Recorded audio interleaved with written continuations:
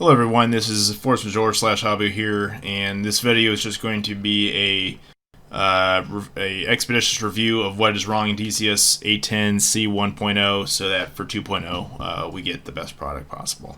Looking at the starting parameters, we've got a standard day, 20 degrees Celsius, 2992, specifically selected Georgia, just so we could get down to sea level to test out performance.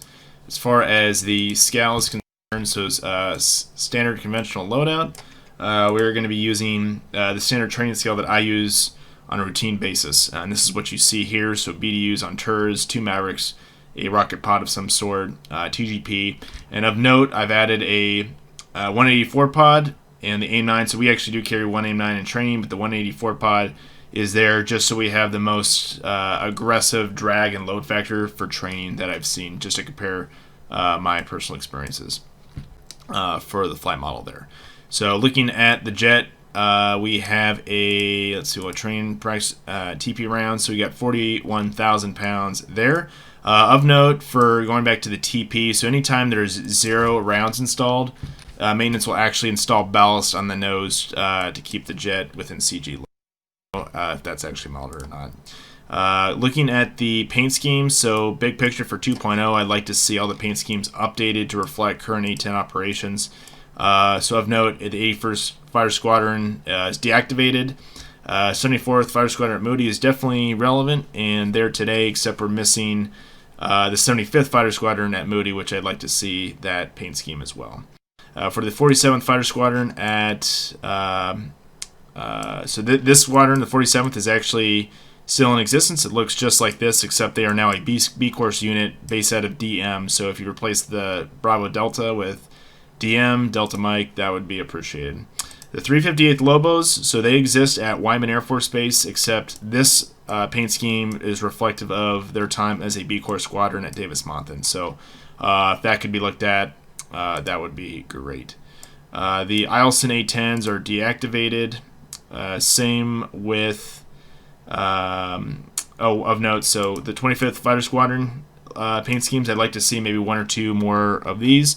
So there's only one jet that's actually painted like this. A vast majority of them have a green tail flash there with a Stampede Mustang on the tail, so I'd like to see that potentially updated.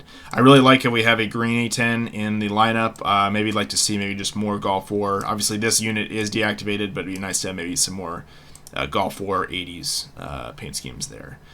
The Arkansas A-10s are closed down. They no longer exist. The Connecticut A-10s are closed down as well. And that pretty much wraps up that. So just maybe some updates. I'd like to maybe keep these paint schemes, but just include the ones that I said were missing, or maybe include these as some kind of like legacy pack, and I think we'll be good to go for that. And now we will move on to A-10 ground ops. Looking outside, we have the A-10 here. Biggest thing I see is the flaps. The flaps are extended. They should be retracted. I've only ever seen or started an A-10 with the flaps or speed brakes extended when maintenance was inspecting them or looking at them just before I actually stepped to the jet. So that's something to clean up for that. Going inside, biggest picture looking at the HUD is the overall field of view and where your nugget sits relative to the HUD.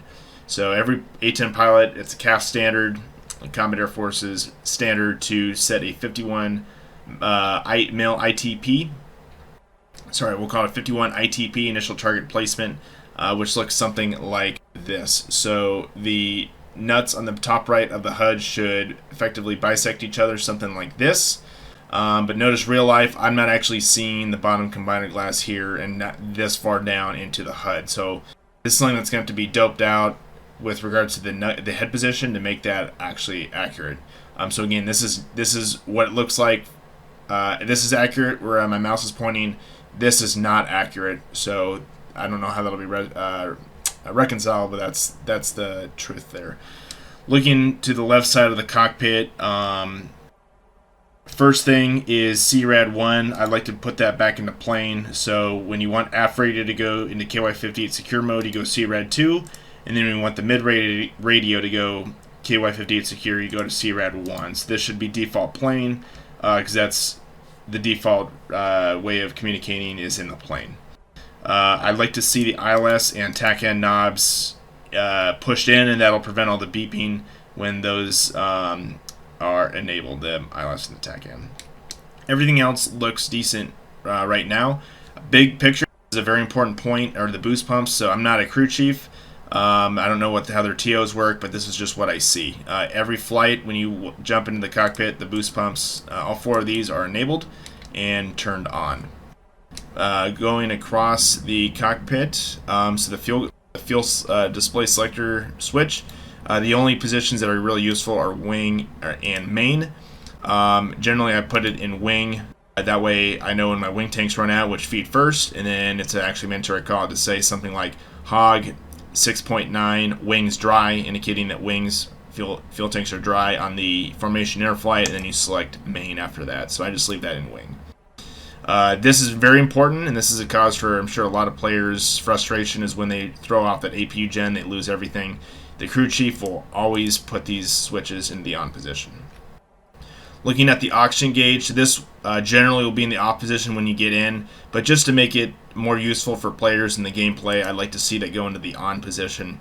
That way it prevents inadvertent hypoxia or things like that. Let's just leave that in the on position, and that's one of the first things I do. Looking at the ECS panel here, so one thing that I think is kind of funny is I do see this sometime where the crew chief is messing around with things and you see this switch in the dump or ram position.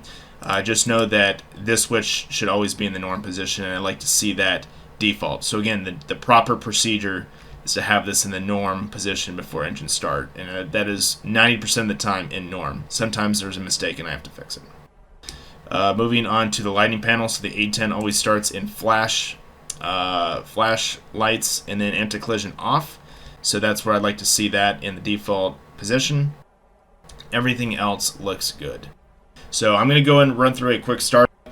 This is not an official startup. This is mainly to illustrate main points that I'd like to see improved in A-10 2.0. Okay, so the APU start, the sound is very realistic, which I like. Big picture, what you're going to see is the APU RPM is very slow to get to 100%, which is not realistic. So the EGT, you saw how the EGT spiked and then went down. This is very much accurate, but the APU RPM should go to 100% right about now. Notice there's this delay, which is, I'd like to see that gotten rid of. Also, notice how that EGT kind of spiked up. What you're really going to see is the EGT is going to hang around the, call it like the 500 to 700 Celsius region, and then once AP reaches 100%, this EGT is actually going to go down to about 400, what you see. So that when you see the APU RPM go to 100 and you see that APU EGT decrease, that means you know the APU is unloaded, and you'll actually feel air come out of these vents. So big picture, when I do that, I turn on the CDU and EGI. One thing that is very important systems-wise that I'd like to see fixed is the motor functionality. So notice when I put the switch into motor, so 90% of A-10 pilots I know actually do motor starts. They don't just throw the throttle over the hump. Some do, but like I said, 90% do motor starts. And the advantage there is that you run up the without fuel engaged, you run up the engines to between 24 and 28%, and that'll help keep the ITTs cool before you throw fuel into the engine. Additionally, I like to make sure the APU can actually motor the engine, because that becomes relevant during certain critical emergencies. So notice ITT is effectively 0, which is good, but notice how the RPM has not moved and the oil pressure has not moved. So anytime you see a move in RPM, you should see that oil pressure start to move, and I don't see anything there. So that is an immediate problem with A-10 1.0. So to actually start the aircraft, I apologize, I don't have my actual full-up Warthog set up, so I'm going to make some switch errors to get this thing started. I'm going to go ahead and throw the engine over the hump now. Okay, so here we go, we got the left engine started. And just looking at the overall engine stack here,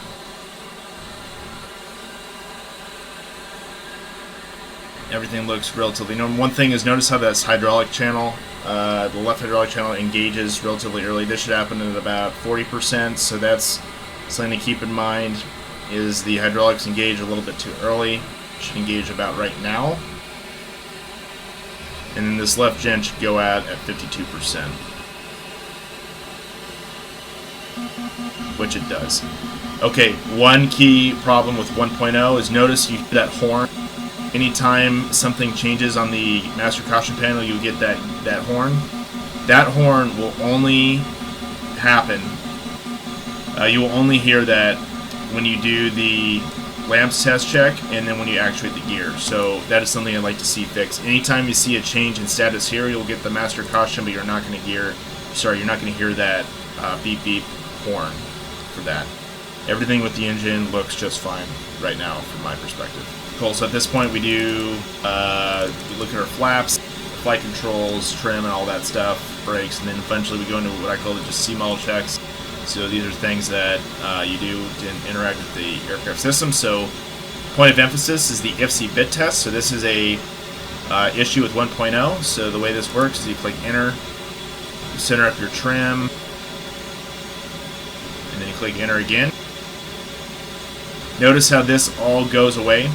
So what happens is like on an interactive bit check, and the way that works is it'll basically have all these, there's two instances in which you engage the YSAS and pitch SAS, and then the EAC. Those all disengage.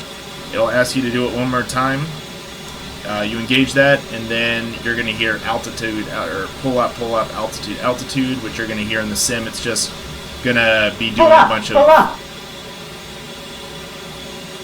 Altitude. It's going to be doing a different, it's not going to look like this. It's going to be, things are going to be happening. You guys are going to just have to look that up. And once that's complete, you look at the bit fault display, make sure there's nothing wrong there. It looks just like that. You click enter, clears the faults, and then you're back in business. Oops, IFC on for that. Cool. So one feature that is very important for the DCS sim in general, especially for the A-10, is the DTC planning feature, if that's possible. So this is where the DTC actually fits, and the DTC, think of it as just a big USB device that allows you to interface with mission planning. Before the mission, you plug that USB device in the jet, and then it allows you to customize virtually everything, to include your MFD setups, and various features, like even features for the settings for the targeting pod that are important. So the biggest reason why I think that matters is the A-10. We do a lot of diving deliveries. We take those pretty seriously. They're important to us. And in that DTC, you can set various profiles. You can have like a 10-degree low angle high drag, a 20-degree low angle low drag, a 30-degree dive bomb, a 45-degree dive bomb, and then a 45-degree HADM. And they're just called 45 HADM. It's just 45 is the dive angle.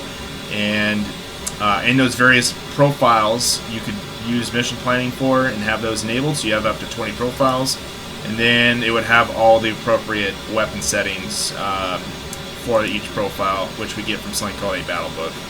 I even think there's a battle book that's the civilians made that's on the ether, internet ether somewhere.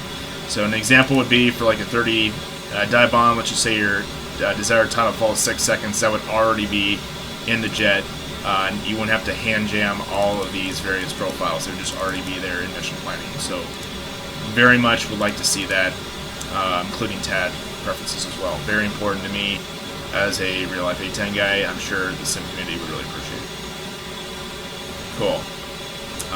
That pretty much covers the main ground ops there. And we will see you guys later at takeoff. One thing I forgot to talk about is the overall Eggy TACAN setup there. So generally you'll fly around Eggy over TACAN. Eggy's obviously the Eggy mode. TACAN is useful. The reason why is number 2 needle always goes to your steer point. Number 1 always goes to the TACAN. So if it goes to your point, it's redundant. So I'd like to see that just as the default profile, Eggy over TACAN. Additionally, I forgot to talk about this radar altimeter switch. I've never seen this in anything other than the normal position. So that would be nice to just have that left on by default. With taxi, you'll know you're good to go when you have anti-skid, seat not armed, and then APU gen. These 3 lights means you're pretty much good to go with your frameworks. Okay, so one thing I forgot to talk about, I'm just remembering to certain things as we go on here is the fuel flow override switches. So these switches, when put into the override position, give the aircraft additional thrust in an emergency situation. So I'm going to go ahead and activate these. Now we're in override. Notice how my ITTs are still within limits. So they're at 810 ITT Celsius there. I'm not getting hot engine indications. This is something, again, style points. I think this is important because it's a critical, it's actually a critical switch actuation during one of the EPs we train to and battle damage situations. So again, talk about that. Cool.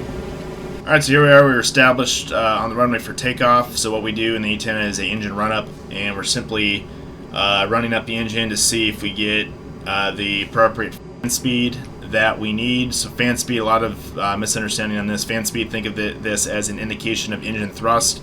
So on takeoff roll, generally speaking, it depends on your pressure, altitude, and temperature, but generally I see about 80% RPM at max. So what I'll do is I'll engage the brakes, and forgive me if I push forward a little bit. That's just me. I don't have my my toe brakes or my rudder set up. Okay, so running up generally to like 90%, and then generally between 90 and just ever so slightly, I should be able to get those fans up above 80. So maybe just like a little bit low. When I'm actually at max, the brakes are holding, which is good. I'm at 80% fan. So that's generally what I see. Fuel flows look pretty good, so anywhere between 30-35 is what I see. And then oil, so that's one thing that's a consistent trend, is the oil pressure is a little bit too high. It's in limits, but I'd like to see that between 70 and 80 psi. That's generally where I see oil. It fluctuates, and it's not, generally each engine is a little bit different. So it could be like one engine might be at 90, the other at 70, but just maybe just a little bit too high in both. Overall, not bad.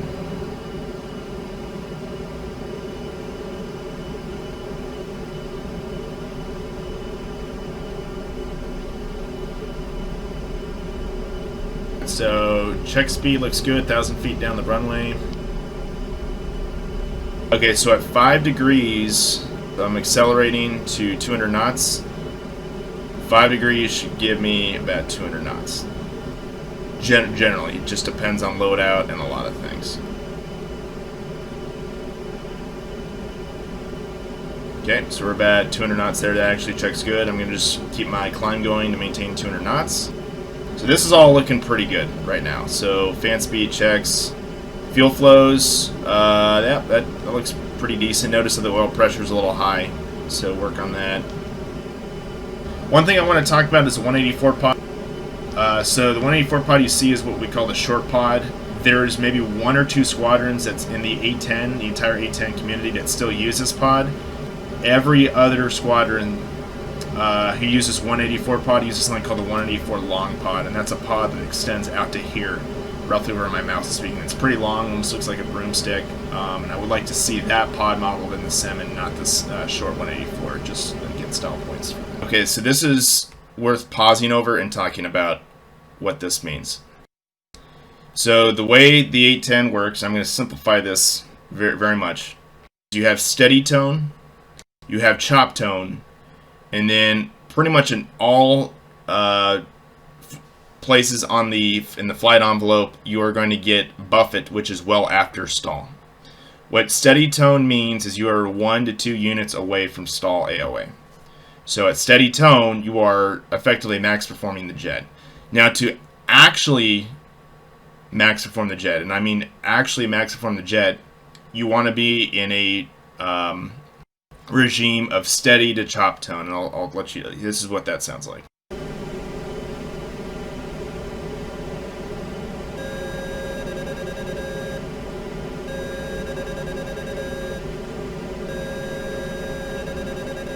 Something like that, where you get steady to chop tone, intermittent, and that is when you're absolutely max performing the jet. And this is something that all A-10 pilots are listening to very much listening to this when they're turning, and that makes it so that they are turning optimally, like max performing the jet. when I do this, I want you to notice, and I increase my speed. So we're at like 250 knots, which is like your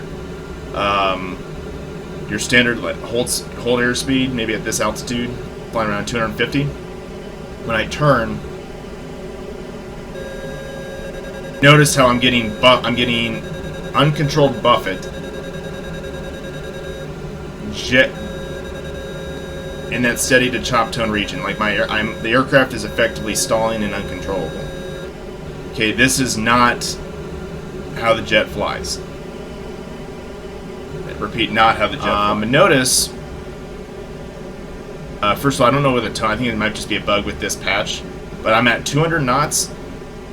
I'm just making little call it 2.5 G turns, and notice how my wings are immediately stalling and I'm getting rock. Okay, so that is not how the aircraft flies. I should be able to, at 200 knots, just fine. This is a very controllable airspeed. Demand, yeah, like at least 2.5 G out of the aircraft, and I should not be getting this wing rock. Okay, that's indicating stalling. That's just not how that goes. Where this does become a factor is in BFM, which is what I'm going to show you now. Okay, so this is generally for the defending bandit, an altitude where we start at. So 200 knots, roughly 16,000 feet. They'll give you the push it up call, so that means you nose down and get some airspeed. Use about 1,000 feet to do that.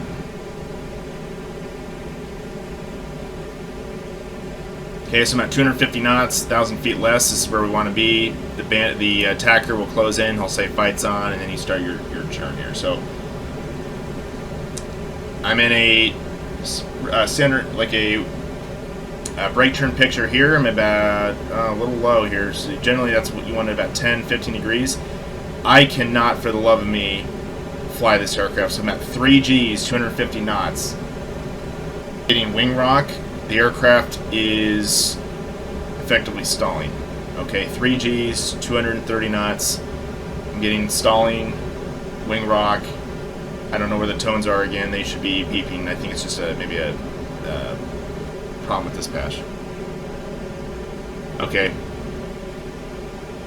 That is not how that goes. I should have no problem at 250 knots getting into a brake turn picture, which will go like, call it 10 TVVs, 10 degrees nose down, like there. Just pulling. I should be able to get to 3.5 Gs, 3.5 Gs, steady tone, absolutely no problem. Instead, I'm getting all of this wing rock. And the reason why this matters is I mentioned like BFM, trying to fly BFM the A-10 generally. We train to it, we're not trying to. But when you are in a cast hold, or you're trying to maneuver this aircraft in a tactical manner, you just do not have G available, or really energy, to actually accomplish that. You get a lot of airspeed bleed off too at low altitude. I mentioned that before. And again, that wing rock and just the general stall. I feel like overall the aircraft is missing about 1.0 G available in all areas of flight. Just I feel alone. And we can get into data and all that stuff, but that's just what I'm saying. So I'm going to go ahead and fence in for what's called a level, 500-foot level delivery, just over the water somewhere. And we're going to do what's called a turn level turn safe escape. Hold up. Big picture, I'm going to drop my BDU, and I'm going to do a 4G and 2-second blended roll through 60 degrees of turn to avoid the frag. So the parameters for this are 500 AGL, 300 knots. I'm going to do that now.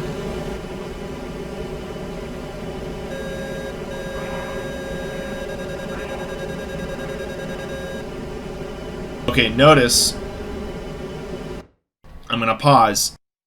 After that delivery, I've slowed about 50 knots, and the most amount of G I was ever able to pull with this scowl at this temperature and look in altitude was roughly 4.5 Gs.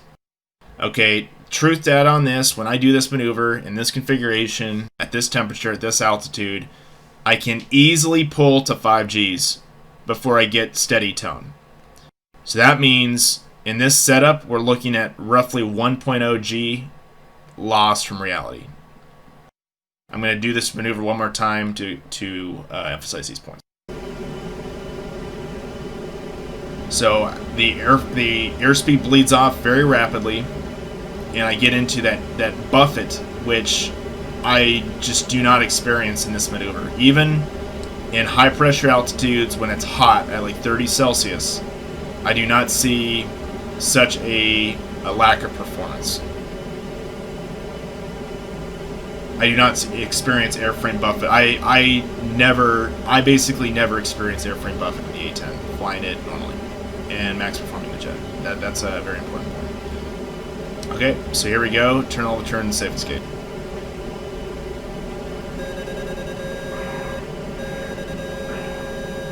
Okay, so passing through 60 degrees a turn.